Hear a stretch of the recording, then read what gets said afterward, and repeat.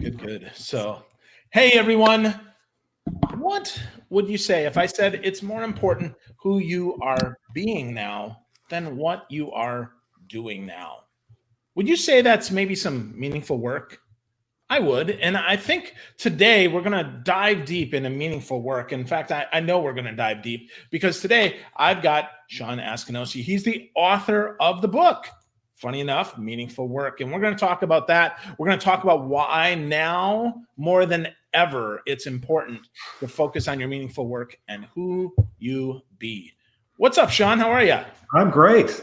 As we said before we hit record, as good as can be expected. That's right. Yeah, all things considered, right? I mean, we're above ground.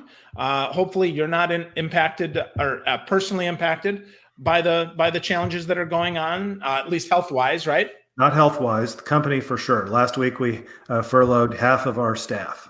Yikes! Yeah. Wow. Mm-hmm. Wow. Yeah. So that's interesting. So let's dive right there. So how do you make that determination, right? Because you run a chocolate company, right? How do you make the determination that we're going to close down or we're going to shut half our people off and furlough them? Okay. The thing for us is that we are an exempted business by the FDA and the Missouri Department of Health to any shelter-in-place order. So we're considered an essential business because of our place in the food manufacturing world. And some might say, but wait, chocolate, really? Is that essential? We could debate that, but nonetheless. So what the reason I'm mentioning that is because the sort of threshold is the decision wasn't made for me. So I did have the ability to keep people at work if that's what we chose to do. So the way I looked at this is I resorted to the sort of decision-making that we had to make when we survived the recession in 2008. I started my business in 2006 or 7. I was a criminal defense lawyer for 20 years before I started this thing and doing well. And I let all that go, started this business, then comes the recession. So what I did last week and the week before is I started to engage my muscle memory on that decision-making process that was very difficult 11, 12 years ago. And so what I did, and I think many businesses are going through this now, and especially newer businesses and especially younger entrepreneurs are finding this very, very challenging. And that is the following. I believe, at least for me, and I'm sure this applies to others, I had to forecast cash flow. Now, in 2006, I didn't even know what cash flow meant. I didn't know if it was one word, hyphenated, and I had to learn that very fast. And we modified an Excel spreadsheet tool and have used it for 11 years. And I've literally had a cash flow meeting every week for 11 years. And so what I did is I tried to forecast where we would be from a cash flow perspective, which meant that I had to also forecast where we might be from a demand perspective, what kind of revenue we would have, and then make some very, very difficult decisions. And, I would say even in the midst of this fog that there was some clarity about that because I'd been through it before. And there was clarity because I've had a practice, I've spent much of my professional life training for this moment, and as have many of your listeners. And when we train for this moment and it's upon us, we do what we're trained to do. We make difficult decisions, and we try to gain as much clarity as we can, despite the pain. And it is painful, and it has been, for my business. Yeah, absolutely. Yeah, definitely no easy decision there. I mean, forecasting cash flow, worst case, best case, what's the demand, all of that, definitely not easy. And I'm sure that the people that were furloughed were handled with love and care and compassion. Not just, hey, see you later, alligator, right? No. It was with prayer and love and compassion. And I would say, I've spent a lot of time, as has my chief operating officer, looking at this stimulus package. And it's quite possible that we'll be able to bring many of those people back on payroll very soon, I hope. And we'll take it from there. That's good. That's good. Some good news. That's some good news. So you had the history though, but what was that biggest other than cash flow, Shawn, which you mentioned, which I know is super important, right? You have to know it's not about profit and loss right now. It's about cash flow and sustainability and how much blood can we lose until we run out of it. Right. What else would you suggest right now that folks do from a more human perspective? How can we prepare as a business owner or as a leader to really prepare for what's now and what's to come? I think that we're sort of balancing this idea of what can I do practically. So I'm gonna follow the legislation. I'm gonna see what relief in the form of capital might be available to me. That much of which is forgivable. And literally before I hopped on this call, we were just redoubling our efforts to understand what portion of an SBA loan will be forgivable on June 30th. And so there's this real practical aspect that we as business leaders need to be super focused on. What can we do now to inject needed capital into our businesses? But I also believe that there's a side which is also practical in many aspects, and that is, where are we emotionally with all of this? And as leaders, I think it's really incumbent on us to get a hold of ourselves, and no matter where we are on that sort of emotional path, the spiritual path, leadership path, the path of compassion and kindness, we have to make an assessment of where we are as best we can. And when I say as best we can, I mean we need to assess where we are individually. And do the best that we can at that, and then map out the course ahead of us in the middle of fear. I mean, it is what it is. It's fear. It's fog. It's darkness for many people. Now, if you're in the hand sanitizer business, then you're, or other, hey, good for you. But I'm saying for much of us out there, especially, I mean, look, I only had 20 people full time, small business, defined. And so the thing about it is that as business leaders, we need to understand where we are. And where we are is a threshold. Poet philosopher John O'Donohue, one of my favorites, talks about threshold a lot. And it's a very, very uncomfortable place to be. Why? Because we don't know where the end is in a threshold. We can't quite see it. We can't look and see that, that's the way to go. Here's the mark on the trail that's going to tell me where to go. We have no reference point for this. And we need to be willing to admit that. We need to be willing to admit that we're uncomfortable with darkness, with fog, with uncertainty, and in our own lives and in the lives of our family and loved ones and our business. And I think the sooner we can admit that and be willing to admit that we're in the middle of a threshold of where we don't know where the end is, we know it will end, but we don't know what that looks like, and we don't know when it'll be, and we don't know what our businesses and lives will be like on the other side of the threshold. There will be another side to the threshold. We know that. We know because we've lived our lives in thresholds. So we just have to rely upon our historical knowledge of those and know that there will be one, and take those decisions from that point, emotionally and spiritually. Wow. So normally I'd ask you, what do we do? But I'm going to ask you instead, how do we be? Because this is so unusual, Shawn. This is, to your point, right? Absolutely uncomfortable, absolutely unprecedented, absolutely.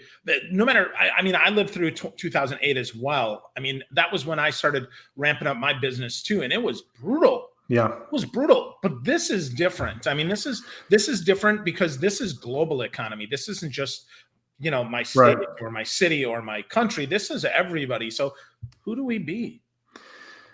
I love that question.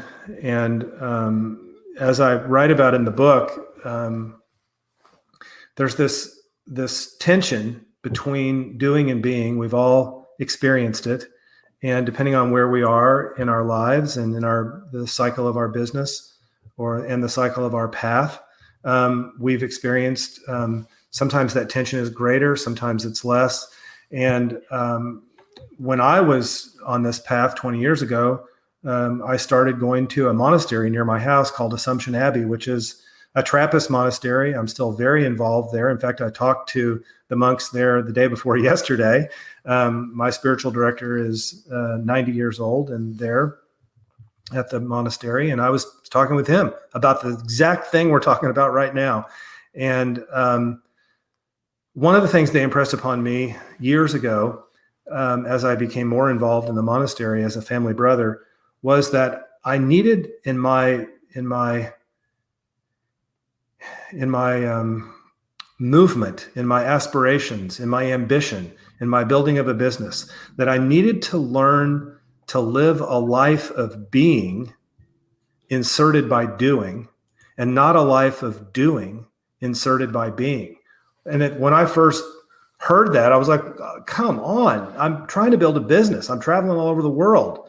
I need to have profit. I need to, become bigger and that, but because I was committed to their help to me, I did what I could to take that to heart and to live it.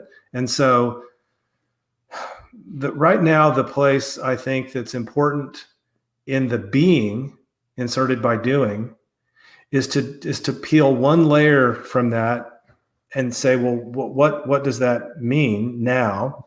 And I think now what that means is surrender. And that is so hard for a hard-charging, driving entrepreneur, leader, person that signs payroll checks. I don't mean give up. That's not what I mean by surrender. What I mean by surrender is to recognize where we are and to do what we can to let go of what it is that we think that we need and stop resisting, and to not push away the pain that is here and is coming, and to not try to grab hold of the things that we think are going to fulfill us and make us happy, like, a bigger house and better car and, a greater debt to equity ratio.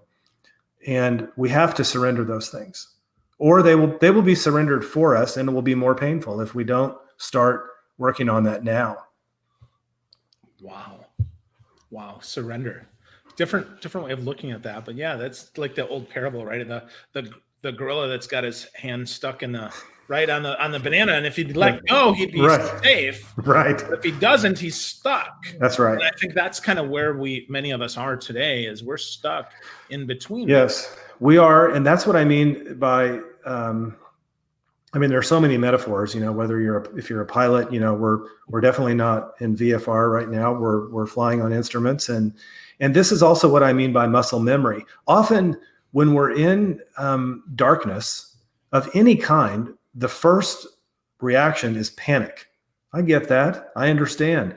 But I think there are some practical things we can do. We can learn how to breathe. We can take deep breaths. We can find a friend that is someone that we can rely on, someone who's wise, an elder in the community that we can call and talk to. And we can take a step back. Maybe to have a breath of panic is fine, but then take a deep breath and rely on what we know. So many of your listeners have, written mission statements. They've read a lot of books. They've been in training. And there's a certain aspect of, so all of these things that we wrote, all the mission statements, even for me, the vocation, all of these guidelines and guiding principles that we follow in our companies. Well, there was, whether you wrote it or a team or your partners or you yourself, there was a core, there was an essence to your character that birthed those guiding principles of your company and of your business. And even if the business is changed and it doesn't look the same on the other side of this threshold, there is an essence and a core that will not change. It was that same essence that wrote the mission statement. Now is your chance to live it. Now is your chance to live it in what can be pain and suffering. And boy, that sounds like fun. No, it isn't, but we're going to be the better for it. We're going to be the better for it. And we must remember that there is an essence that will not change. It won't. And we have to rely on that, even if we lose our business. Yeah, I think that's so important, is that when broken down and everything is stripped away, all we have left is that core. All we have left is that essence, that energy, if you will, that idea, that value. But I would also flip that over and say that organizations that their sole purpose is to make money now are hurting the worst, because there is no meaning. There is no purpose. If they're just out there just trying to sell, nobody wants to hear that. I mean, I see it all the time. In fact, I've written some letters to my team about the fact that, people need you to lead with your heart, with humility, with helpfulness. Yes. And to be heard, because I think that's what's missing in that. The time to sell is after we've served the fundamental need, the fundamental purpose of people. And right now it's being heard, because so many are not, right? The news is shouting over us. Yes. It's not talking with us. And I think that's the scary thing here, Shawn. So as a business owner, I mean, how do you sift through all the noise that's out there to find the truth and to find your essence again? Well, one of the things I do is I try to very specifically limit my news intake. And it's the news is at this point, and of course at many points in our culture, addictive, and it distracts us, and it produces, it re-triggers panic and fear much of the time. And the panic and fear that we feel is, at a very practical level, diminishes our own immune capacity if and when we get sick with this virus. So the first thing I do is just limit. I try to limit my news intake, and that can be hard too, especially when we're really trying to follow, the stimulus package and the SBA and loan forgiveness and all that stuff. But so that's one thing. The other thing that I do is I have had a spiritual practice 5 days a week for many years. And the temptation, even for me, especially in some of this time, is, oh, well, I don't need to do that this morning. I've got to get to the office, and I'm breathing from here up. I'm not breathing deep from my abdomen. And I'm like, okay, breathe. I need to get to the office. I need to do that. I'll do my spiritual practice tomorrow. No. This is when I need to do it the most. This is when I really need to do it. And so I don't let that temptation move me off of my, some would say, ritual or practice, daily schedule. So I keep doing those things. That grounds me to just no end. The other thing I do from a practical standpoint is more exercise. And so I walk a lot, more exercise, new routines, and this keeps me really grounded. And then finally, I find someone and have people that I can confess my own fears and my own weaknesses. And I know that those people will answer my questions with compassion. And that's what I'm doing. I'm also not trying to say to myself, well, I'm just waiting for X. When this happens, whatever that may be, fill in the blank, then it's going to be okay. I'm not waiting for that. I'm not waiting for that. I have to be okay now. I have to be okay right now, talking to you about this important issue that we face in our day. And that's okay right now. Yeah. Well, that's all we have is it right now. We have to, more than anything, I would lead with that first one about being present now, like be here right now. Yeah. Whatever that looks like for you. Ram Dass. Go. Yeah. Right? There you go. Be here now. Right. Yeah. And I like that though, limiting your news intake. I do that too. And I try to, I purposely I haven't had cable for a long time because it doesn't help me at all. Mm-hmm. Doing that daily practice, I need to get back to that, Shawn. So thank you for that reminder. Mm-hmm. I've missed that one. More walking, absolutely. And then finding people to share your fears with that will respond with compassion, I think is really important, because there are certainly some people that will feed your anxiety and there are people that will feed your soul. Yes. You have to find those that are going to help feed your soul, feed your heart, which will then drive your mind. Mm-hmm. And I think that's the miss, right? Yeah. And I think there are people who we will seek out for solutions. But what I'm talking about in that is I want people who aren't going to, give me the bullet point answers, but I want to talk to people who are going to treat me with compassion. Yeah, absolutely. Because that's what we need. Yeah. Than anything right now, because the answer, if the answer were obvious, I think most of us would know it. Let's be clear, right? Well, anybody listening to this is smart. It's not that they don't know an answer if there's one available, but this is like, this is trigonometry for those of us that have had basic algebra. This is not easy, right? There are tables that we've never seen, numbers that we can't even imagine some of this stuff. And yet, if we slow down and we be present, we recognize there's some things we can control. The other thing, yes, and I could say this. I've traveled a lot in the last 10 years buying cocoa beans around the world directly from farmers, Tanzania, Philippines, Ecuador, Amazon. And one of the things that I was struck with last week is I've spent a lot of time observing just life on the edge. And I've seen it especially in Tanzania, going to visit clinics and hospitals in really remote villages that would not resemble a clinic here, seeing children who are suffering from HIV AIDS that are, 8, 9, 10 years old with basically no medication, no relief from pain. And I've seen these farmers and their families just live on the edge in much the way that we are trying to adapt to this life of uncertainty now. But the thing is, I have for now almost 15 years had the gift of being able to observe these people live in joy right in the middle of sorrow and suffering. And it's a mystery. And it's not a mystery to be solved. It's a mystery to observe, learn from, and try to replicate.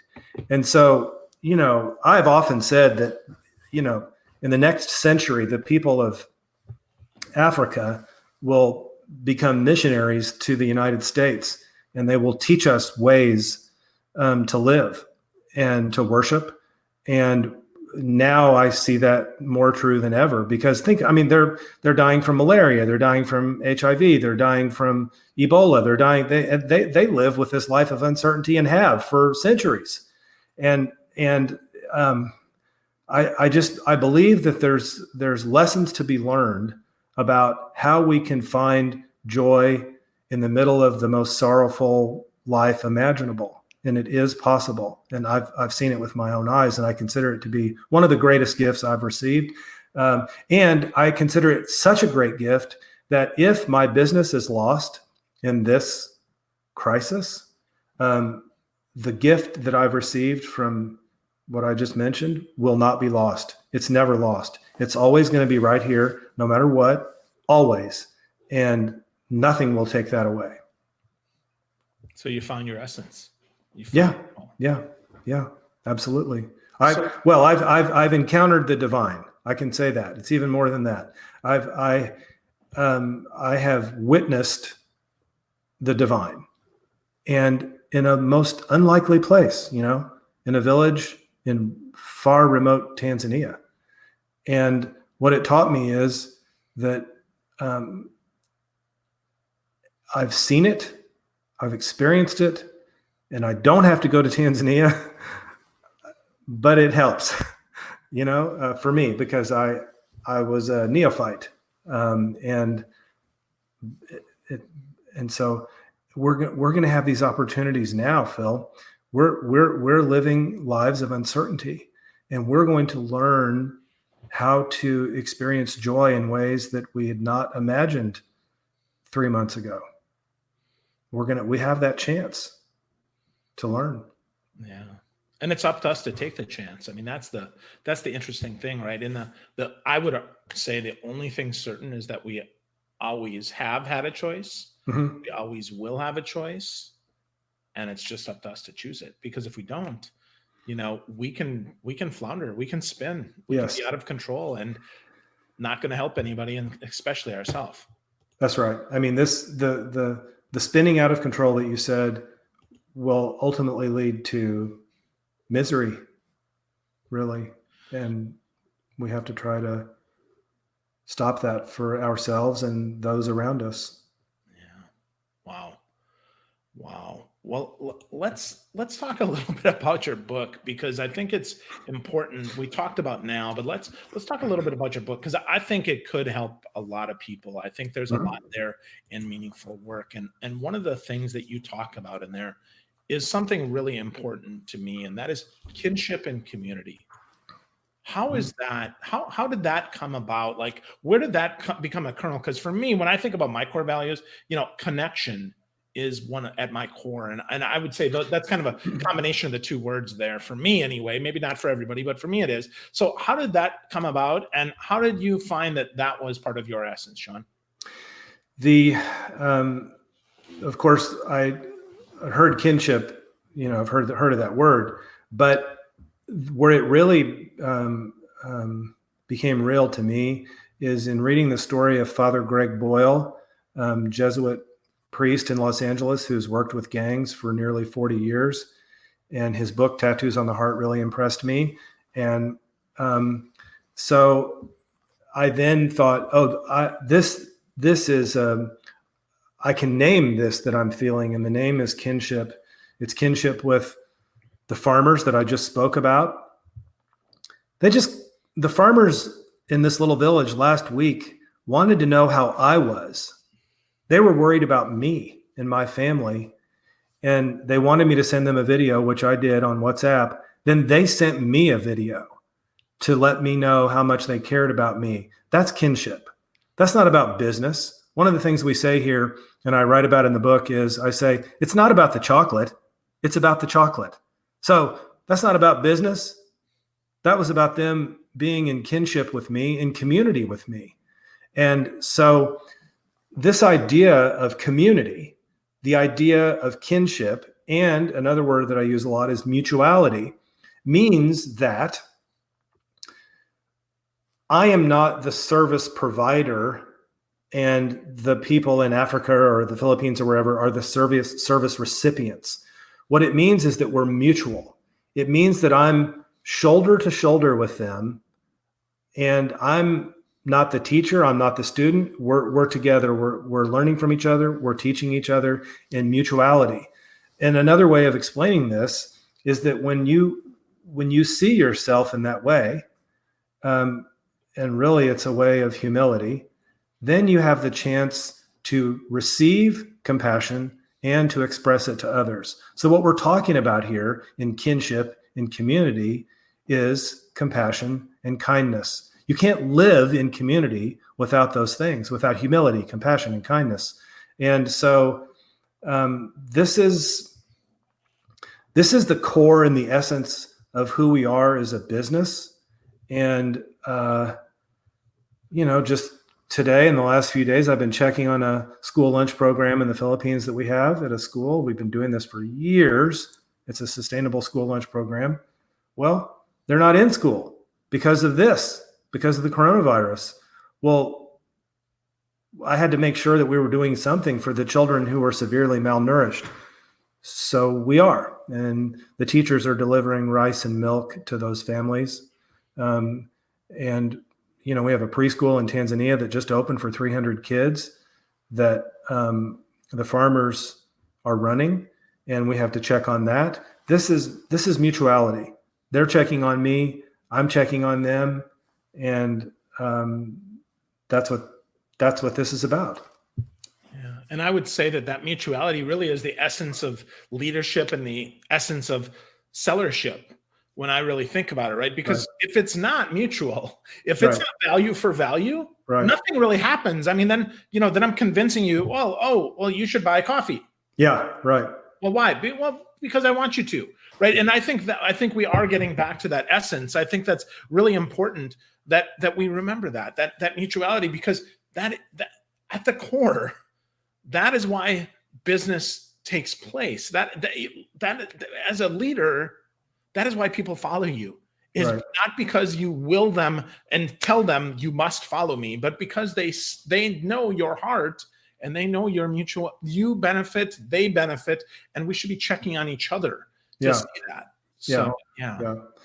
I mean, it's this whole thing is not without pain, but if we act and behave as you just mentioned, and if we behave in a idea of mutuality, then paradoxically the pain is lessened and we find moments of joy.